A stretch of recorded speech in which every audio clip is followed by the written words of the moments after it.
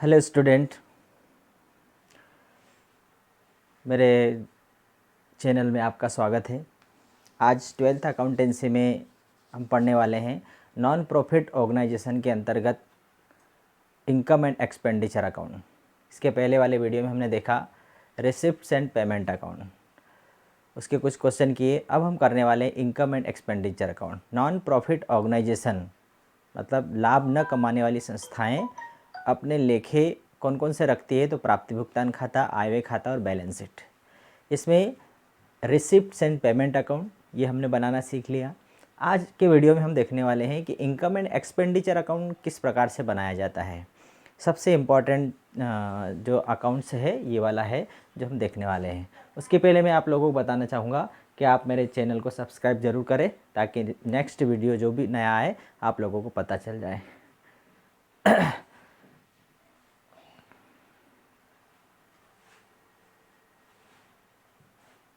चलिए हम स्टार्ट करते हैं आज का हमारा video.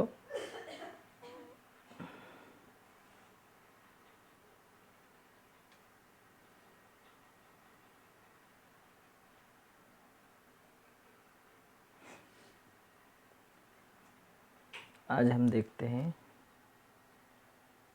Income and expenditure account. आज ये सवाल हम करने वाले हैं आय व्यय खाता। प्राप्ति भुगतान खाते में हमने देखा जो नॉन प्रॉफिट ऑर्गेनाइजेशन होती है उनकी कुछ आय के साधन होते हैं और व्यय उन साधनों से जो भी आय प्राप्त होती है उसे वह खर्च करते हैं। और ये संस्थाएं लाभ न कमाने वाली संस्थाएं होती है, समाज की सेवा करने के लिए काम करने वाली संस्थाएं होती है। तो इन संस्थाओं का एकमात्र उद्देश्य समाज की सेवा होता है। तो इन्हें जहाँ से भी आय प्राप्त होती है, तो हमने देखे थे इनकी आय के स्रोत चंदा है, प्रवेश शुल्क है, लाइफ मेंबरशिप फ़ी है, दान है, आजीवन सदस्यता शुल्क है। ये सारी जो इनके आय के साधन हैं और इन आय के स्रोत से जो भी आय प्राप्त होती है उसे यह समाज की सेवा में खर्च करते हैं। अब हम आज इसी कड़ी में आगे प्राप्ति भुगतान खाते से जब वर्ष के अंत में ये संस्थाएं प्राप्ति भुगतान खाता बनाती है तो इन्हें वर्ष भर में कितनी प्राप्ति हुई और कितना भुगतान किया, और अंत में इन्हें रोकड़ का शेष पता चलता है कि कितना बैलेंस बचा हुआ है। प्राप्तियों से कभी भी जो भुगतान है वो अधिक नहीं होगा। प्राप्तियाँ जितनी होगी उससे कम ही भुगतान होगा, उससे एक्सेस कभी नहीं होगा। मतलब इनका अंत जो है प्रारंभ होगा प्राप्ति भुगतान खाते का रोकड़ शेष से और अंत भी होगा रोकड़ शेष से। अब नेक्स्ट है, हमने देखा था कि प्राप्ति भुगतान खाते में समायोजन नहीं की जाती है। जितना भी नगद व्यवहार है उसको किया जाता है, जितनी प्राप्तियाँ हुई उसको डेबिट में लिखा जाता है और जितना भी भुगतान हुआ है उसको क्रेडिट में लिखा जाता है। प्राप्ति भुगतान खाते में एक चीज़ और हमने देखी थी कि इसमें पूंजीगत आयगत इसमें कोई अंतर नहीं किया था। कोई से भी इनकम प्राप्त हुई तो उसे प्राप्ति में लिख दिया जाता है और कोई सा भी भुगतान हुआ तो उसे भुगतान पक्ष में लिख दिया जाता है। फिर अदत्त और उपार्जित इसका लेखा भी प्राप्ति भुगतान खाते में नहीं किया गया था। लेकिन यहाँ पर जब हम इनकम एंड एक्सपेंडिचर अकाउंट पढ़ने वाले हैं, आय व्यय खाता जो पढ़ने वाले हैं, ये सेम हमारे लाभ हानि खाते से रिलेटेड है। जिस प्रकार से हमने 11th क्लास में हमने अंतिम खाते बनाते समय लाभ हानि खाता बनाया था जिसके डेबिट पक्ष में हम व्यय लिखते हैं और क्रेडिट पक्ष में आय लिखते हैं और हमें शुद्ध लाभ पता चलता है। तो व्यापारिक संस्थाएं लाभ हानि खाता बनाती है और उन्हें शुद्ध लाभ या शुद्ध हानि पता चल जाती है क्योंकि उन्हें लाभ कमाना रहता है। लेकिन गैर व्यापारिक संस्थाएं होती है उनका उद्देश्य लाभ कमाना नहीं होता, इसलिए वो लाभ हानि खाता नहीं बनाते, वो क्या बनाते हैं, आय व्यय खाता बनाते हैं। और सेम वही का वही है, जिस प्रकार से हम लाभ हानि खाता बनाते हैं उसमें व्यय डेबिट में लिखते हैं और इनकम एंड एक्सपेंडिचर अकाउंट में एक्सपेंडिचर हम डेबिट में लिखते हैं। जिस प्रकार से लाभ हानि खाते के डेबिट में हम व्यय के साथ में समायोजन करते हैं, अदत्त को जोड़ते हैं, पूर्वदत्त को घटाते हैं, ठीक उसी प्रकार से यहाँ पर भी हम उन व्ययों के साथ में अदत्त को जोड़ेंगे, पूर्वदत्त को घटाएंगे। इसी प्रकार से उपार्जित और अनुपार्जित का समायोजन भी यहाँ पर किया जाएगा। तो लाभ हानि खाते में जितनी भी समायोजन हम हमने की है सेम वही का वही अकाउंट है ये। केवल वहाँ पर हमें शुद्ध लाभ पता चलता था और यहाँ पर हमें क्या पता चलेगा, आधिक्य और कमी। यदि व्यय आय से कम है तो आधिक्य होगा और व्यय जो है एक्सपेंडिचर यदि अधिक होंगे तो वह होगी कमी। तो अभी हम आगे पढ़ने वाले हैं आय व्यय खाते में कि किस प्रकार से बनाया जाता है। तो देखो, आय व्यय खाते का प्रारूप भी आप लोगों के सामने है। सबसे ऊपर आएगा हमारा खाते का नाम, उसके ऊपर भी हम संस्था का नाम लिखने वाले हैं। तो income and expenditure account for the year ending, जिस भी तारीख को बनाने वाले हैं, कौन सी तारीख को बनाया जाता है, वर्ष के अंत में बनाया जाता है। तो वर्ष का अंत या तो 31 मार्च होगा या फिर 31 दिसंबर होगा। तो for the year ending on, debit side में एक्सपेंडिचर अमाउंट और क्रेडिट साइड में इनकम और अमाउंट। तो हम स्टार्ट करते हैं। हमारे शिवलाल की बुक में से 10 नंबर का जो क्वेश्चन है आय व्यय खाता बनाने के लिए, उसमें दिया है कि 31 दिसंबर 2017 को समाप्त होने वाले वर्ष के लिए एक समिति के निम्नलिखित विवरण दिए गए हैं। उस समिति का हमें अकाउंट्स बनाना है। 31 दिसंबर 2017 को हमें बनाना है। तो यहाँ पर हम लिख देंगे 31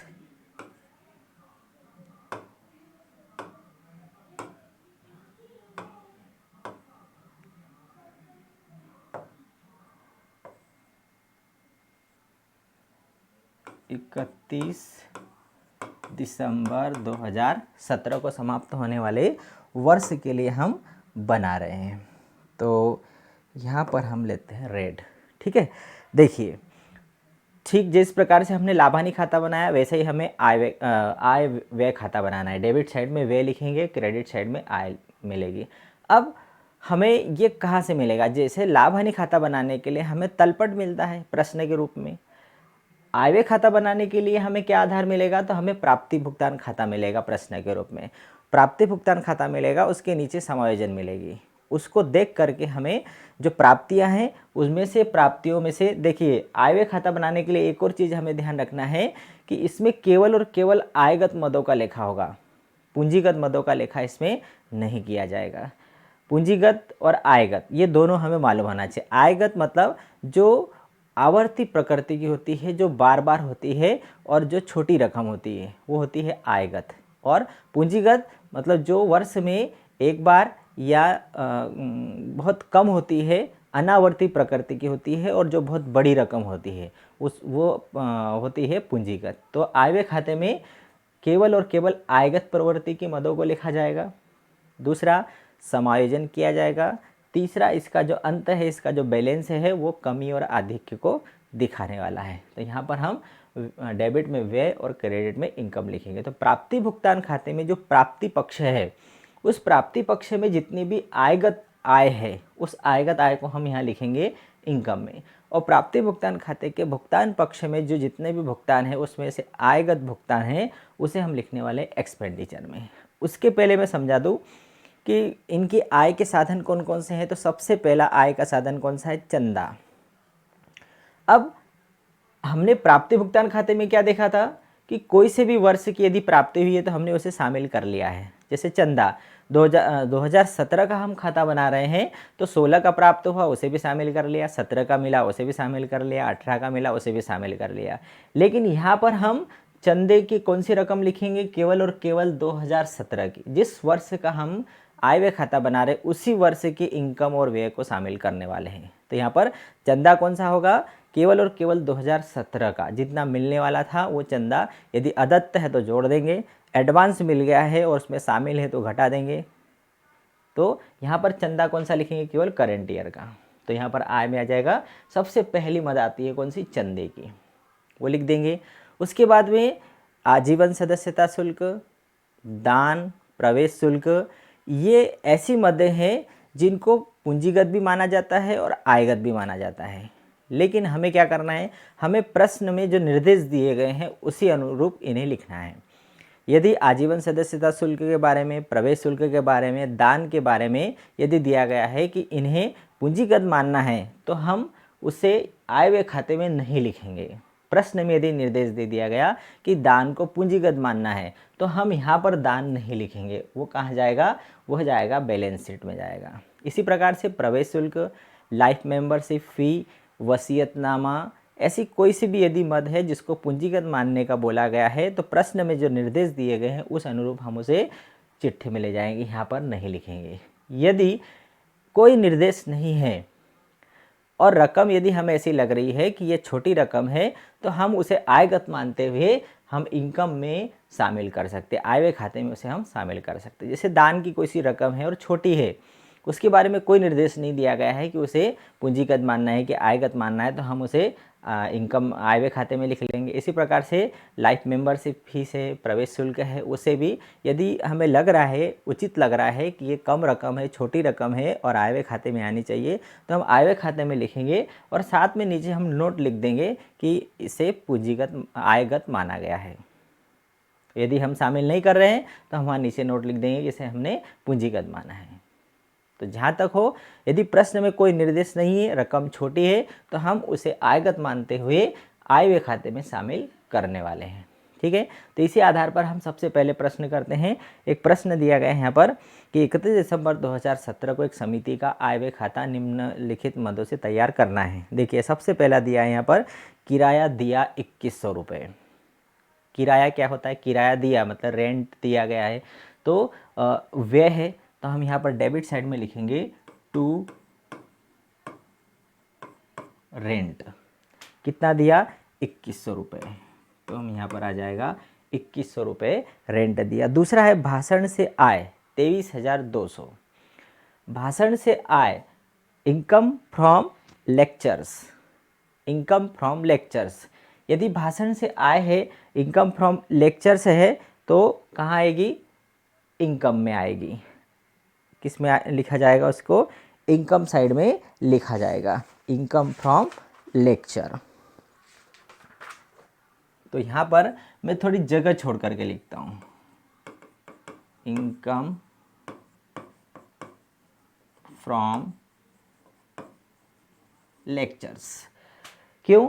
क्योंकि आय पक्ष में सबसे पहले जो मद लिखी जाती है वो कौन सी लिखी जाती है? चंदा लिखी जाती है, सब्सक्रिप्शन लिखा जाता है, इसलिए मैंने थोड़ी जगह छोड़कर लिखा इनकम फ्रॉम लेक्चर्स। तो इनकम फ्रॉम लेक्चर कितना है? 23,200। लेक्चर से बार बार इनकम होती रहती है, कई शिक्षण संस्थाओं में, स्कूलों में, कॉलेज में, ये इनके जो ट्रस्ट होते हैं, ये समितियां होती हैं, इनके सदस्य लेक्चर देने जाते हैं और वहाँ से इन्हें इनकम होती है। तो ये आवर्ती प्रकृति की होती है और इसलिए इसको हमने यहाँ पर इनकम में शामिल किया है। नेक्स्ट दिया है प्राप्त चंदा 11,000 रुपये। प्राप्त चंदा कितना है? 11,000। अब आ गया यहाँ पर बाय सब्सक्रिप्शन 11,000। अब देखिए, यहाँ पर हमें प्रश्न के साथ में नीचे जो समायोजन दी गई है वो समायोजन को भी देखना पड़ेगा। नीचे समायोजन क्या दी है? समिति के पास कंपनी के 10,000 रुपये वाले 4% ऋण पत्र है। 31 दिसंबर को 800 रुपये किराया तथा 950 रुपये छपाई पर अदत्त है। 800 रुपये किराया भी अदत्त है। हमने यहाँ पर 2100 रुपये लिख दिया है, इसे हमें क्या करना पड़ेगा? सुधारना पड़ेगा। 2100 और प्लस आउटस्टैंडिंग 800, टोटल कितना लिखाएगा? 2900। समायोजन को हमें साथ में करते जाना पड़ेगा। चंदा 11,000, इनकम फ्रॉम लेक्चर्स 23,200। नेक्स्ट क्या दिया गया है? अगला दिया गया है फुटकर व्यय 1,000 रुपये। फुटकर व्यय पीटी एक्सपेंसेस 1,000 रुपये व्यय है, व्यय साइड में लिखेंगे। विनियोग पर ब्याज 3,800। भाई विनियोग पर ब्याज, विनियोग का मतलब इन समितियों के पास, इन संस्थाओं के पास बचत का पैसा रहता है, इन्हें कहीं इन्वेस्ट कर देते हैं, तो उस इन्वेस्टमेंट से इन्हें ब्याज प्राप्त होता है। कहीं एफडी बैंक में जमा कर दी तो एफडी से ब्याज मिलता है, तो विनियोग पर ब्याज मिला इन्हें कितना? 3,800।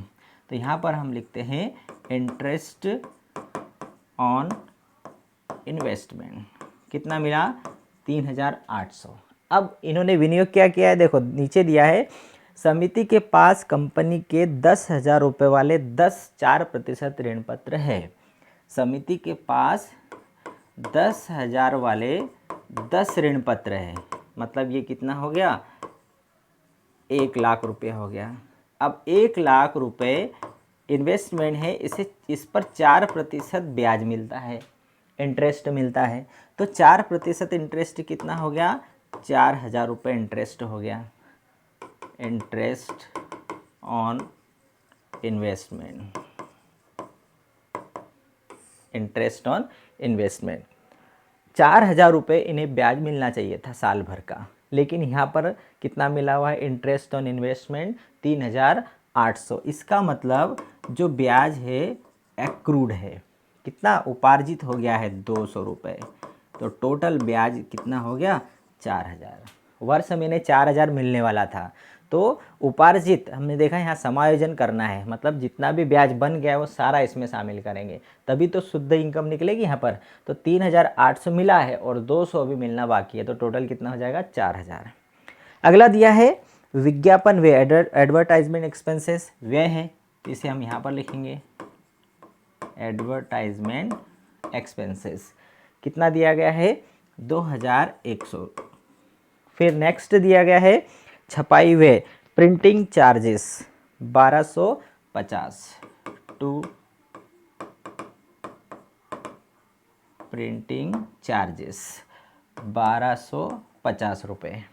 अब समायोजन में दिया है छपाई के 950 रुपये भी अदत्त है, और अदत्तों का क्या किया जाता है, हमने पहले ही लास्ट ईयर जब लाभानी खाता बनाया था तो उसमें हमने अदत्त, पूर्वदत्त, उपार्जित, अनुपार्जित ये समायोजन करना सीख लिया। अदत्त को संबंधित व्यय में जोड़ा जाता है, पूर्वदत्त व्यय को संबंधित व्यय में से घटाया जाता है, उपार्जित आय को संबंधित आय में जोड़ा जाता है, और अनुपार्जित आय को संबंधित आय में से घटा दिया जाता है। यहाँ पर अदत्त प्रिंटिंग है, कितना है अदत्त प्रिंटिंग 950 रुपये। तो 950 हम क्या कर देंगे जोड़ देंगे, कितना हो गया 0, 5 और 5 10, 9 2 11 12, 2,200 रुपये। प्रिंटिंग चार्जेस 2,200 हो गया। आगे क्या बचा, ये हो गया 10 नंबर वाला जो क्वेश्चन हम कर रहे हैं, ये हमारा हमने व्यय भी लिख लिए और आय भी लिख ली। अब हम बैलेंस निकालते हैं। सबसे पहले तो हम पॉजिटिव ही चलते हैं, हम आय को जोड़ते हैं और उसमें से व्यय घटाएंगे तो हमें आधिक्य पता चल जाएगा। सबसे पहले हम इनकम को जोड़ते हैं। इनकम कितनी है 23,200, 11,000 और 4,000। 23 4 27, 28 38,200।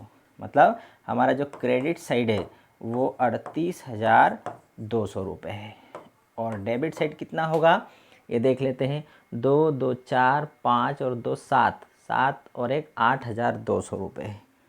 8,200 रुपये डेबिट साइड है, तो ये हमारा हो जाएगा 30,000 रुपये। तो हमारा जो आधिक्य है वो आधिक्य आ रहा है हमारा कितना 30,000 रुपये का हमारा आधिक्य आ रहा है। तो यहाँ पर आ जाएगा सरप्लस। देखिए इनकम हमारी अधिक है, इनकम हमारी कितनी हुई है 38,200। 31 दिसंबर 2017 तक इनकी इनकम हुई 38,200 रुपये, और व्यय कितने हुए 8,200। इसका मतलब कि इसको हम क्या बोलेंगे टू सरप्लस। कितना सरप्लस है 30,000। टोटल कितना हो गया 38,200 रुपये, या सरप्लस भी बोल सकते हैं, और एक्सेस ऑफ इनकम और एक्सपेंडिचर ऐसा भी लिख सकते हैं। Excess of income, excess of income और एक्सपेंडिचर। एक्सेस ऑफ इनकम और एक्सपेंडिचर, व्यय पर आय का आधिक्य कितना है 30,000, ये भी लिख सकते हैं, और सरप्लस भी लिख सकते हैं। सरप्लस मतलब आधिक्य। ठीक है, तो ये प्रश्न समझ में आया होगा आप लोगों को। आय व्यय खाते में हम व्यय और आय लिखते हैं, लेकिन कौन सा आयगत, और साथ में समायोजन भी हम करते जाते हैं। ठीक है, तो बहुत अच्छा प्रश्न था, यह आ गया होगा समझ में आपको। अगला प्रश्न देखते हैं हम। अगला प्रश्न है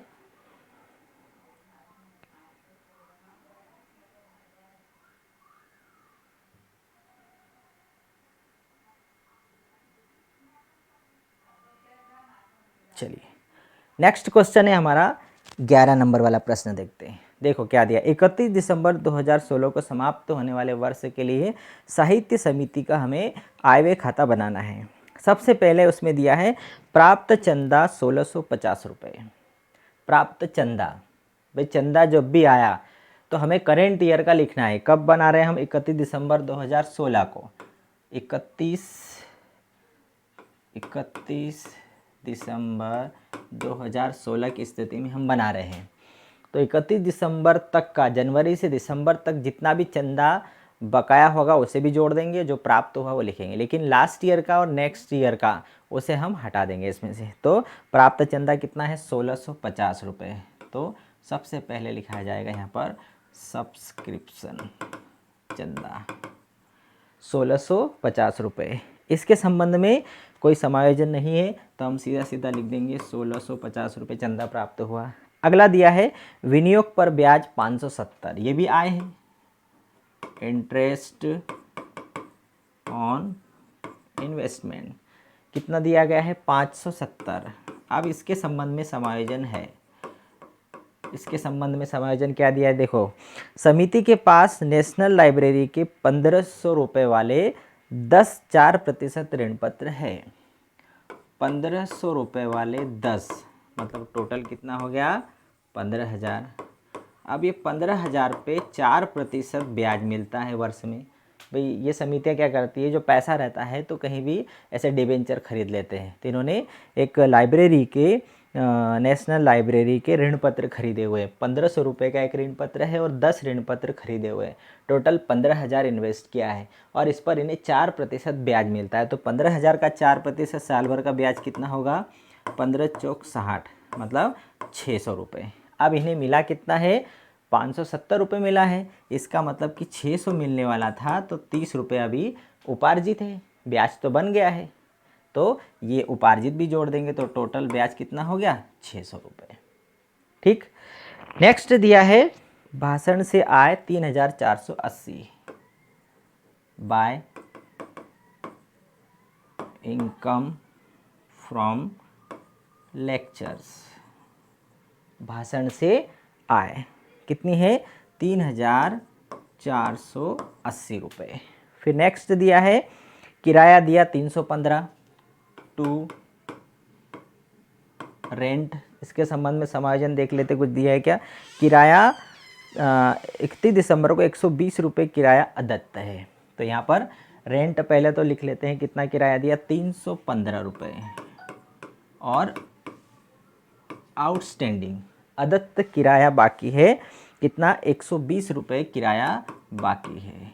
तो ये भी जोड़ दिया जाएगा। कितना हो गया? 5, 3 और 4, 435 रुपये।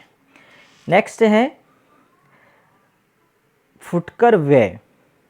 फुटकर व्यय 150 रुपये टू पीटी एक्सपेंसेस 150 रुपये। और अगला दिया है विज्ञापन 310 to advertisement 310 to printing expenses छपाई व्यय। छपाई व्यय हुआ इनका 192 रुपये। अब छपाई व्यय के बारे में दिया गया है कि छपाई व्यय के 144 रुपये अदत्त है। तो यहाँ पर हम लिखेंगे अदत्त को हमेशा जोड़ दिया जाता है। तो कितना बाकी है? 144 रुपये। इसमें जोड़ दिया 2 और 4, 6, 9, 4, 13, 336 रुपये। तो ये यहाँ पर हमने जितने भी समायोजन है वो कर ली है। आय और व्यय जितना भी आएगा, तो इसमें कोई पूंजीगत मदें नहीं थी तो हमें बहुत आसान था बनाना। सारी आयगत मदें दी गई थी, इसलिए सारी आयगत हमने इसमें पहचानने के लिए देखे। चंदा, चंदा तो आएगा ही, ये आयगत होता है क्योंकि प्रति माह प्रतिवर्ष दिया जाता है। इंटरेस्ट ऑन इन्वेस्टमेंट ये भी प्रतिवर्ष मिलता है, ये भी आयगत है। इनकम फ्रॉम लेक्चर्स, ये कहीं ना कहीं लेक्चर्स देने जाते हैं तो इनकम फ्रॉम लेक्चर्स भी आयगत है। ऐसी कोई मद नहीं थी जो हमें पूंजीगत लगती हो, इसलिए सारी मदों को हमने आय को आयगत मानते हैं लिख दिया। और ये व्यय तो जितने भी व्यय हैं वो हमारे आयगत ही है। तो अब यहाँ पर हम बैलेंस निकाल लेते हैं इसका।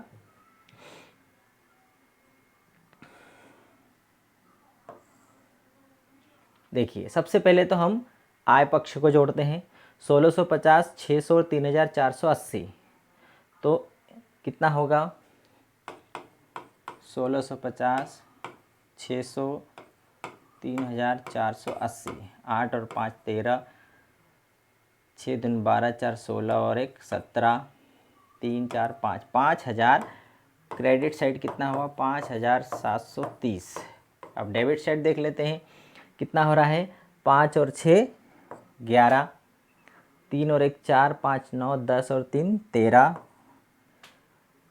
5 6 3 9 और 3 12, 1231। 10 में से 1 गया 9, 12 में से 3 गया 9, 6 में से 2 गया 4 और 5 में से 1 गया 4, 4,499 रुपये। ये हमारा क्या निकला आधिक्य, व्यय पर आय का आधिक्य, इसको हम बोलते हैं सरप्लस।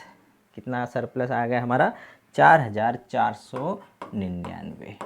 टोटल इनकम हमारी आय कितनी है 5,730 और इधर भी आ जाएगा 5,730 रुपये। ये हो गया हमारा, ये प्रश्न हो गया। इसमें भी कोई समस्या नहीं, इसमें केवल एक ही प्रॉब्लम थी, कौन सी, interest on investment. Interest on investment दिया था 570 और नीचे समायोजन में दिया गया था कि उन्होंने 1500 रुपये का एक ऋण, जैसे 10 ऋण पत्र खरीद कर रखे थे तो उस पर ब्याज बनता है 600, जबकि मिला है 570, तो 30 रुपये हमें और प्लस करके लिखना था। पहले वाले प्रश्न में भी यही था, दूसरे में भी यही था, बाकी कुछ भी ऐसे हमें प्रॉब्लम क्रिएट करने वाला कोई इसमें नहीं था।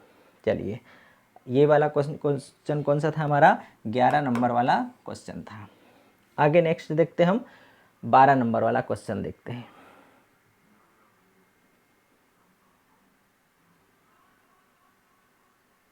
चलिए 12 नंबर का क्वेश्चन देखते हैं क्या दिया है। नेमी नगर मनोरंजन क्लब का वार्षिक प्राप्ति भुगतान खाता दिया है, उस पर आधारित हमें आयव्यय खाता उसका बनाना है। तो सबसे पहले देखो, अब यहाँ पर प्राप्ति भुगतान खाता दिया है, अभी तक हमें केवल मिक्स मदें मिल रही थी, अब हमारे सामने आ रहा है एक साइड में प्राप्ति लिखा है, एक साइड में भुगतान लिखा हुआ है। तो सबसे पहले हम लिखते हैं प्राप्ति पक्ष की जो मदें हैं, प्राप्ति भुगतान खाते के प्राप्ति पक्ष की मदें किधर लिखी जाएगी, इनकम साइड में लिखी जाएगी। तो प्राप्ति पक्ष यदि हम देखेंगे तो सबसे पहले प्राप्ति भुगतान खाते में हमें क्या मिलेगा, हमने बनाया था तो रोकड़ शेष ओपनिंग बैलेंस मिलेगा, उसे छोड़ देना है, और इसके अंत का रोकड़ शेष वो भी छोड़ देना है। ये दो चीज़ों को हम छोड़ देंगे। तो प्राप्ति पक्ष में सबसे पहले जो रोकड़ शेष है वो छोड़ दिया। दूसरे नंबर पर दिया है वार्षिक चंदा 3,200 रुपये, वो यहाँ पर लिखा जाएगा। वार्षिक चंदा मतलब सब्सक्रिप्शन, सब्सक्रिप्शन 3,200 रुपये का चंदा उन्हें प्राप्त हुआ है। अब उसके संबंध में समायोजन भी दिया हुआ है, नीचे दिया गया है कि वार्षिक चंदा 750 रुपये अदत्त है। वर्ष का 750 रुपये चंदा अभी क्या है, अदत्त है, मतलब उपार्जित है, अभी मिलना बाकी है, आउटस्टैंडिंग है। तो 750 रुपये अदत्त चंदा क्या करेंगे, इसमें जोड़ देंगे, कितना हो जाएगा 3,950 रुपये अदत्त चंदा है। अदत्त का मतलब यहाँ पर उन्होंने अदत्त शब्द इस्तेमाल किया है, ये क्या है, उपार्जित है। उपार्जित मतलब अभी मिलना बाकी है, कुछ सदस्यों ने चंदा नहीं दिया वर्ष का, तो उनसे लेना बाकी है, तो वो हमारी इनकम है, और वो इनकम को वर्ष की इनकम को जोड़ा जाएगा। तो 3,200 और 750 3,950। अगली प्राप्ति पक्ष में पहली मद है रोकड़ से उसको छोड़ दिया, दूसरा है वार्षिक चंदा, वो हमने लिख लिया, तीसरा है आजीवन सदस्यों का चंदा। आजीवन सदस्यों का चंदा है 600 रुपये। अब 600 रुपये कोई बहुत बड़ी रकम हमें नहीं लग रही है कि ये पूंजीगत होनी चाहिए, भाई 600 रुपये छोटी रकम है, और आजीवन सदस्यों का जो शुल्क है वो है, तो इसलिए इसे हम क्या मानेंगे, आयगत मानेंगे, क्योंकि यहाँ प्रश्न में ऐसा कोई निर्देश नहीं दिया गया है कि इसे पूंजीगत माना जाए। जब कोई निर्देश नहीं हो, रकम हमें छोटी लगे, तो हम इसे आयगत मान सकते हैं, और आयगत ही मानना है। रकम छोटी है 600 रुपये, आजीवन सदस्यों का शुल्क है, मतलब लाइफ मेंबरशिप सब्सक्रिप्शन है, तो यहाँ पर बाय लाइफ मेंबरशिप फी कितना आ गया 600 रुपये। नेक्स्ट दिया है इसमें, अगला है प्रवेश शुल्क, एंट्रेंस फी 500 रुपये। प्रवेश शुल्क के बारे में भी यदि प्रश्न में निर्देश हो कि इसे पूंजीगत मानना है तो हम यहाँ नहीं लिखेंगे, इसे छोड़ देंगे, लेकिन यहाँ प्रश्न में कोई निर्देश नहीं दिए गए। जब कोई निर्देश नहीं हो और रकम छोटी हो तो इसे हम आयगत मानते हुए आयव्यय खाते में लिखेंगे। यहाँ पर कोई निर्देश नहीं है, रकम भी केवल 500 रुपये है, इसलिए एंट्रेंस फी को हम आयगत मानते हुए आय व्यय खाते में हम शामिल करने वाले हैं। एंट्रेंस फी 500 रुपये। और दिया है विनियोग पर ब्याज 350 रुपये बाय इंटरेस्ट ऑन इन्वेस्टमेंट। अब इसके संबंध में कोई समायोजन दिया है क्या यहाँ पर? इसके संबंध में कोई समायोजन नहीं दिया गया है, तो सीधे सीधे हम 350 रुपये इन्वेस्टमेंट, इंटरेस्ट ऑन इन्वेस्टमेंट लिख देंगे। फिर है विविध प्राप्तियाँ, sundry receipts 1000 by sundry receipts कितनी है? 100 रुपये। ठीक है, ये हमारा हो गया इनकम साइड हो गया। यहाँ पर हमें थोड़ी सी प्रॉब्लम क्रिएट करने वाले कौन कौन से वर्ड थे जो हमें समस्या उत्पन्न कर सकते थे, और वो थे हमारा, एक था लाइफ मेंबरशिप फ़ी, दूसरा था एंट्रेंस फ़ी। ये दोनों के बारे में मैंने बार बार मैं बोल रहा हूँ कि जब प्रश्न में निर्देश दिया गया हो कि लाइफ मेंबरशिप फ़ी, एंट्रेंस फ़ी को पूंजीगत माना जाए तो हम यहाँ नहीं लिखेंगे, लेकिन जब कोई निर्देश नहीं हो और रकम छोटी हो, उस कंडीशन में हम इसे आय व्यय खाते में शामिल करते हुए यहाँ पर लिख लेंगे। तो इस प्रश्न में कोई निर्देश नहीं था, रकम छोटी थी, 600 और 500 था, तो हमने उसे यहाँ पर शामिल कर लिया गया। ठीक है, आगे है अब व्यय में चलते हैं हम। सामान्य व्यय 1000 रुपये, general expenses to general expenses. अब इसके संबंध में कुछ समायोजन, सामान्य खर्चों के लिए 50 रुपये देने से। अब सामान्य व्यय कितने हैं? 1000 और 50 रुपये देने से मतलब आउटस्टैंडिंग है 50 रुपये, वो जोड़ देंगे तो 1050 रुपये हो गया। अगला दिया है वेतन। वेतन के संबंध में कोई समायोजन नहीं है, तो वेतन 1800 रुपये टू सैलरी 1800 रुपये हमने यहाँ लिख दी। फिर नेक्स्ट दिया है फर्नीचर। फर्नीचर क्या होता है? फर्नीचर तो संपत्ति होती है, तो संपत्ति चिट्ठे की मद है, इसलिए आय व्यय खाते में उसका कोई काम नहीं है। किराया, दर व बीमा, rent, rates and insurance. Rent, rates and insurance. अब इसके बारे में दिया गया है कि 200 रुपये पूर्वदत्त है, 200 रुपये पूर्वदत्त है। अब रेंट, रेट्स एंड इंश्योरेंस कितना है? 1150, और पूर्वदत्त है मतलब क्या है? प्रीपेड है। और पूर्वदत्त को क्या किया जाता है? अदत्त को जोड़ा जाता है, पूर्वदत्त को घटाया जाता है। तो पूर्वदत्त कितना है? 200। 200 इसमें से माइनस करेंगे तो कितना बचेगा? 059, 950 रुपये। अब क्या बचा हमारे पास? एडवर्टाइजमेंट मतलब विज्ञापन। एडवर्टाइजमेंट, विज्ञापन कितना खर्च हुआ? 250 रुपये विज्ञापन के खर्च हुए। और लास्ट में दिया है रोकड़ बाकी। ओपनिंग बैलेंस केस का और क्लोजिंग बैलेंस केस का दोनों छोड़ देना है। अब एक और चीज़ छूट गई, इसमें समायोजन में क्या दिया है? फर्नीचर पर 5% ह्रास लगाना है। अब फर्नीचर की हमने वैल्यू तो शामिल नहीं करी, लेकिन डेप्रिसिएशन ऑन फर्नीचर वो हमें यहाँ पर लिखना पड़ेगा। फर्नीचर कितने रुपए का दिया गया है? प्राप्ति भुगतान खाते में 1200। 1200 का 5% हमें ह्रास निकालना है। 1200 का 5% कितना होगा? 12 पंजे 60 रुपये। ठीक है, तो ये हमारा हमने आय और व्यय लिखे। अब हम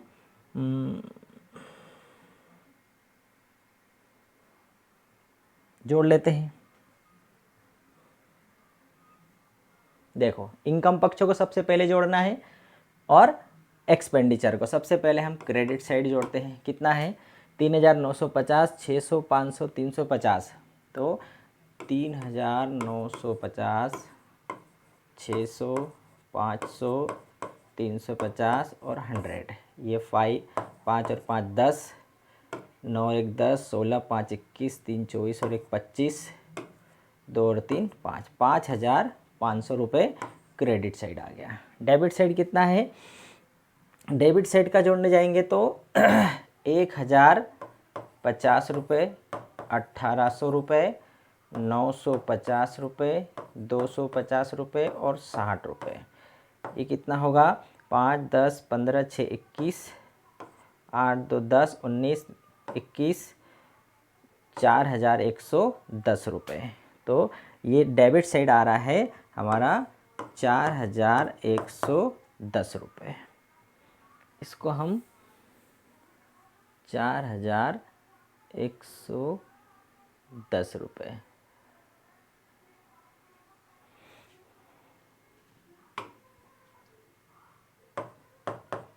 ये कितना आया था? 0, 10, 16, 21 दिन, 24, 25 और 5,500। 10 में से 1 गया 9, 4 में से 1 गया 3, 5 में से 4 गया 1। 1,390 रुपये हमारा क्या आया? आधिक्य आया। मतलब हमारी इनकम हो गई 5,500 और इसमें से व्यय हमारे घटाए तो 1,390 रुपये हमारा क्या आ गया? वो 1,390 रुपये हमारा आधिक्य आ गया। तो यहाँ लिख देंगे टू सरप्लस। ये हमारा आ गया 1,390 रुपये आधिक्य आ गया। वे आय का व्यय पर आधिक्य। ठीक है, इसमें भी कोई समस्या नहीं थी, केवल एक ही प्रॉब्लम थी, लाइफ मेंबरशिप फ़ी और एंट्रेंस फ़ी, जिसे हमें आयगत मानते हुए हमने यहाँ पर शामिल कर लिया गया है। ठीक है, तो ये हमारा हो गया, कौन सा नंबर का क्वेश्चन हो गया? 12 नंबर वाला क्वेश्चन हो गया। एक और देखते हैं हम नेक्स्ट क्वेश्चन देखते हैं, हमारा 13 नंबर वाला क्वेश्चन देखते हैं। ठीक, 13 नंबर वाला क्वेश्चन है जिम खाना क्लब का। जिम खाना क्लब का 31 दिसंबर 2016 का हमें बनाना है। 31 दिसंबर 2016 का आय व्यय खाता बनाना है। चलिए, जिम खाना क्लब बहुत बड़ा क्लब है। इसमें दिया गया है प्राप्ति भुगतान खाता, एक बहुत बड़ा प्रश्न दिया है। यदि तुम लोग बुक में देखोगे तो तुम्हें एक बहुत बड़ा प्राप्ति भुगतान खाता मिलेगा, उसके नीचे समायोजन दिया है। तो सबसे पहले हम चलते हैं इनकम साइड में चलते हैं। अब इनकम साइड में हमें सबसे पहले दिया गया है दान। क्या दिया गया है? दान। फिर आजीवन सदस्यता शुल्क, फिर चतुष्कोण खेल प्रतिद्वंदी फंड, और इसके बाद उन्होंने दिया है आगम प्राप्तियाँ। अब देखो, इस प्रश्न में ये हमें सरल बना दिया गया उन्होंने कि पहले उन्होंने पूंजीगत मदें लिख दी और उसके बाद उन्होंने उसको नीचे जो आयगत मद है उसको डिफाइन कर दिया है कि आगम प्राप्तियाँ, और उसके नीचे आगम प्राप्तियाँ लिखी है। इसका मतलब हमारे लिए अब कोई यहाँ समस्या नहीं है। वो आगम प्राप्ति के ऊपर की जो मदें हैं वो सब मदें उन्होंने कौन सी दे दी है? पूंजीगत दे दिए। दान, आजीवन सदस्यता शुल्क, चतुष्कोण खेल प्रतिद्वंदी फंड, ये तीनों को क्या मान लिया गया? उन्होंने पूंजीगत मान लिया गया है। और उसके नीचे उन्होंने लिखा है आगम प्राप्ति। मतलब आगम प्राप्ति के नीचे जितनी भी मदें हैं वो सारी क्या है? आयगत मदें हैं। तो हम आगम प्राप्ति के नीचे जितनी भी दी गई, सबसे पहले क्या दिया है? आगम प्राप्ति में चंदा। तो हम यहाँ लिखते हैं सब्सक्रिप्शन, चंदा। कितना दिया गया है सब्सक्रिप्शन? 3,200 रुपये। 3,200 अंदर लिख रहा हूँ, कारण क्या है? उसका समायोजन दिया है। क्या दिया है? उसमें अंदर ही दिया है 2017 के 100 रुपये सहित। हम बना रहे हैं कब? 2016 का। अब ये 3,200 में 2017 का एडवांस भी जमा है, और एडवांस यदि हमें मिला है तो उसे हम घटा देंगे। 100 रुपये हमने माइनस कर दिया 3,100। भाई हमें अगले साल की इनकम नहीं चाहिए, हमें तो करंट ईयर के चाहिए। तो 3,200 में अगले साल 2000 हम 16 का बना रहे हैं, 2017 का भी शामिल है। एडवांस में मिला हुआ 100 रुपये माइनस कर दिया 3,100। नीचे दिया गया है वर्ष 2016 का 300 रुपये चंदा अप्राप्त है। वर्ष 2016 का 300 रुपये चंदा अप्राप्त है, मतलब आउटस्टैंडिंग चंदा, करेंट ईयर का 300 रुपये चंदा मिलना बाकी है, उसको तो जोड़ेंगे भाई। करेंट ईयर की इनकम को तो जोड़ना है इसमें। तो 31 और 300 कितना हो गया? 3,400 रुपये। अब आया शुद्ध चंदा। ठीक है, नेक्स्ट दिया है लॉकर्स किराया, लॉकर्स रेंट 100 रुपये बाय लॉकर्स रेंट 100 रुपये। इसके संबंध में कोई समायोजन नहीं, केवल वेतन के संबंध में दी गई है। समायोजन वेतन में हम जोड़ने वाले हैं। तो लॉकर्स रेंट हमने लिख दिया, 100 रुपये मिला है। फिर है इंटरेस्ट 100 रुपये बाय इंटरेस्ट 100 रुपये। अगला दिया है अदर मैच रिसिप्ट्स में क्रिकेट बाय क्रिकेट से इनकम हुई यानी कितनी 400 रुपये। फिर सन्ड्रीज विविध इनकम हुई 50 रुपये। फिर टेनिस से इनकम हुई 350 रुपये। और लास्ट है बिलियर्ड से 200 रुपये बाय बिलियर्ड से 200 रुपये। ठीक है, ये है इनकी इनकम साइड। अब हम चलते हैं एक्सपेंडिचर में। देखो इनकम साइड में चंदे का केवल समायोजन हमें करना पड़ता है। आय व्यय खाता बनाते समय केवल चंदे में क्या समायोजन करना पड़ता है हमें? करेंट ईयर कौन सा? हम 31 दिसंबर 2016 का बना रहे हैं, मतलब 1 जनवरी से 31 दिसंबर तक का जो चंदा है यदि बाकी होगा उसको भी हम उसमें जोड़ेंगे। अब पिछले वर्ष का यदि शामिल है तो भी घटा देंगे और अगले वर्ष का शामिल है वो भी घटा देंगे। हमें केवल करेंट ईयर का चाहिए, तो हमने नेक्स्ट ईयर के 100 रुपये शामिल थे उसमें घटा दिए और इस साल के 300 मिलना बाकी थे वो हमने जोड़ दिए। बाकी lockers rent, interest, cricket, sundries, tennis, billiards ये सभी आयगत मानी गई है इसमें, तो आयगत मदों को हमने इसमें शामिल कर लिया। अब व्यय तरफ चलते हैं।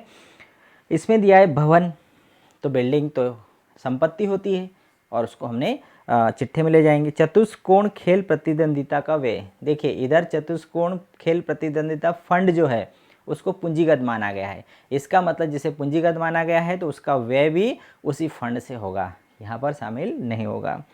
फिर फर्नीचर भी क्या है? उपस्कर मतलब फर्नीचर, ये भी संपत्ति है, बैलेंस शीट में जाएगा। फिर है वेतन, सैलरीज 1800 रुपये, वो यहाँ पर आएगी टू सैलरी 1800 रुपये। अंदर क्यों लिखा? क्योंकि समायोजन दिया है इसके बारे में, दिसंबर का 170 रुपये वेतन देना बकाया है, तो टू आउटस्टैंडिंग 170 रुपये, तो कितना हो गया? 1970 रुपये वेतन हो गया। वेतन के बाद में क्रिकेट से 600 रुपये क्रिकेट पर व्यय हुए। यदि क्रिकेट की इनकम हमने यहाँ शामिल करी है तो क्रिकेट पर जो व्यय है वो भी हम यहाँ शामिल करने वाले हैं। क्रिकेट पर व्यय हुआ 600। इसके बाद में दिया गया है टेनिस पर 500, टेनिस पर 540 रुपये व्यय हुआ। फिर नेक्स्ट दिया है इंश्योरेंस बीमा कितना है? 360 रुपये, और वो बोल रहे हैं कि 30 सितंबर 2017 तक का बीमा दे दिया गया है। 360 रुपये बीमा है खर्च, और वो बोल रहे हैं कि सितंबर 2017 तक का दे दिया। हम तो दिसंबर 2016 का बना रहे हैं, तो जनवरी, फरवरी, मार्च, अप्रैल, मई, जून, जुलाई, अगस्त, सितंबर, मतलब एडवांस में 9 महीने का भी दे दिया है। तो इसको हम माने 12 महीने का, तो 12 तिया 36, 30 रुपये पर मंथ। तो 30 रुपये पर मंथ के हिसाब से 9 महीने का कितना हो गया? 30 गुणित 9, 3 27, 270 रुपये जो है वो एडवांस में मिल गया है। तो कितना है? 360 माइनस 270 रुपये, ये क्या आ जाएगा? प्रीपेड। कितना बचा? 16 में से 7 गया तो 9। कितना लिखा जाएगा यहाँ पर? केवल बीमा लिखा जाएगा, 90 रुपये लिखा जाएगा कि 90 रुपये बीमा खर्च हुआ है। नेक्स्ट दिया है, आगे दिया गया है बगीचे पर व्यय, गार्डनिंग एक्सपेंसेस 170 रुपये, टू गार्डनिंग एक्सपेंसेस 170 रुपये। और है प्रिंटिंग एंड स्टेशनरी 30 रुपये, टू प्रिंटिंग एंड स्टेशनरी 30 रुपये। और पोस्टेज 250, टू पोस्टेज 250 रुपये। और other expenses 150, to other expenses कितना है? 150 रुपये। और विनियोग इन्वेस्टमेंट, तो इन्वेस्टमेंट संपत्ति है, यदि उस पर कोई ब्याज की बात रहती तो हम उस पर ब्याज लगाते और ब्याज इधर आता, लेकिन विनियोग तो संपत्ति है। तो अब हमारा आय भी हो गया और व्यय भी हो गया। अब हम यहाँ पर जोड़ देते हैं। पहले हम क्रेडिट पक्ष को जोड़ते हैं, मतलब हमारी इनकम को हम जोड़ते हैं कितनी हुई है। क्रेडिट पक्ष में इनकम कितनी है, 3,400, 3,500, 600, 4,500, 4,600। तो 4,600 ये कितना है क्रेडिट साइड। डेबिट साइड में यदि हम जोड़ेंगे तो इसको हमें जोड़ना पड़ेगा। 1,970, 600, 540, 90, 170, 30, 250 और 150। 0, 9 4 13, 22 7 29, 32 5 37, 42, 4 7 4 11, 9 20, 27 3 30, 5 35 और 5 40 और 4 9 4 13, 13 और 6 19, 20 24, 25 2 27 और 1 28, 2 और 1 3, 3,800 रुपये हमारा क्रेडिट डेबिट साइड आ रहा है 3,800। क्रेडिट साइड हमारा हो गया 4,600 और डेबिट साइड आ गया हमारा 3,800 रुपये। अब इसका बैलेंस हम निकालेंगे तो बैलेंस कितना आ जाएगा, 16 में से 8 गया 8, मतलब 800 रुपये हमारा आंसर आना चाहिए और वो आ रहा है हमारा 2 सरप्लस 800 रुपये। तो टोटल हमारा हो जाएगा कितना, 4,600 इधर भी हो गया और 4,600 रुपये इधर भी हो गया। ठीक है, इसमें चंदे से संबंधित हमने समायोजन किया। Lockers rent, interest, cricket, sundries, tennis, billiards, ये सभी हमारी आयगत मदें थी। उसमें लिखा था प्रश्न में कि आयगत प्राप्तियाँ, तो आयगत प्राप्ति के नीचे जितनी भी आयगत प्राप्ति वो सारी लिख दी। फिर व्यय में वेतन, उसके संबंध में अदत्त था वो जोड़ दिया। क्रिकेट, टेनिस, इंश्योरेंस के बारे में दिया गया था बीमा, उन्होंने सितंबर 2017 तक का दे दिया है। जो 360 रुपये उन्होंने बीमा चुकाया था तो वो 12 महीने का हमने माना, तो 12 महीने में से एक महीने का कितना आया 30 रुपये, तो 9 महीने का एडवांस कितना हो गया 27,270 रुपये, वो माइनस कर दिया एडवांस, तो 90 रुपये हमें बीमा व्यय हुआ वर्ष का। Garden expenses, printing and stationery, postage, other expenses, तो क्रेडिट पक्ष इनकम में से व्यय हमने घटाए तो हमारा जो आधिक्य वो क्या है, सरप्लस है, मतलब आय का व्यय पर आधिक्य आ गया कितना, 800 रुपये। ठीक है, तो यहाँ तक के जो हमने ये कौन सा हमारा नंबर का क्वेश्चन था, 13 नंबर का क्वेश्चन हमने अभी किया है। 10, 11, 12 और 13 4 क्वेश्चन हमने कर लिए। ठीक है, अब इसके बाद वाले हम नेक्स्ट वीडियो में देखेंगे। मेरे वीडियो को ज़रूर सब्सक्राइब करें और लाइक करें और कमेंट्स भी करें, ताकि जब भी तुम्हारी कोई समस्या हो तो मैं अगले वीडियो में उसे शामिल करते हुए तुम्हारे उस समस्या को क्लियर कर सकूं। सब्सक्राइब करें और उसे लाइक ज़रूर करें। ठीक है, ओके, थैंक यू।